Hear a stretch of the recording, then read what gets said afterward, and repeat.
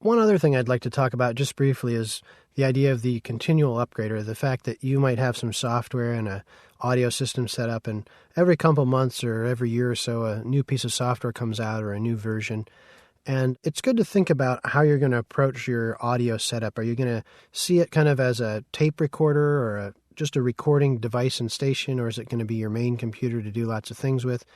And then think about if it's always appropriate to upgrade when the newest version comes out or not. And the real hinge point for this, I think, is that if you're relying heavily on your computer to do audio production, if you're making some money on it, or if you're working with your band and you're in the middle of an album project or something like that, and everything's running fine, it might make more sense to hold off for a few months or so, or until that project's done, to go ahead and perform upgrades or install new software. Now, it's always fun to have the coolest, latest, and greatest stuff, and sometimes you need to include that so you can start to use it on the projects you're working on. At the same time, it's not uncommon to install a new version and then encounter a new series of bugs or problems and have it ruin a session or kill a weekend's worth of work.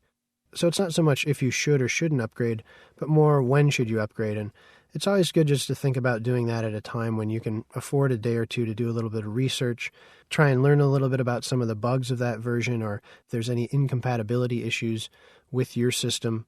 It's always good to try and upgrade when you have a couple days of daylight, or at least enough time to do a little bit of research on things like what bugs might be part of this new release, or certain incompatibility issues the new release might have with some older softwares. A lot of times if you're working with the digital audio software, you have a lot of plugins, and sometimes you might upgrade your main software, and then all of a sudden some of your plugins might not work anymore. You might have to go and just get a few downloads that actually update your plugins as well. So I'm telling you this so you can kind of avoid the scenarios I've found myself in, where I've spent the weekend trying to figure out why my cool DAW all of a sudden doesn't work anymore.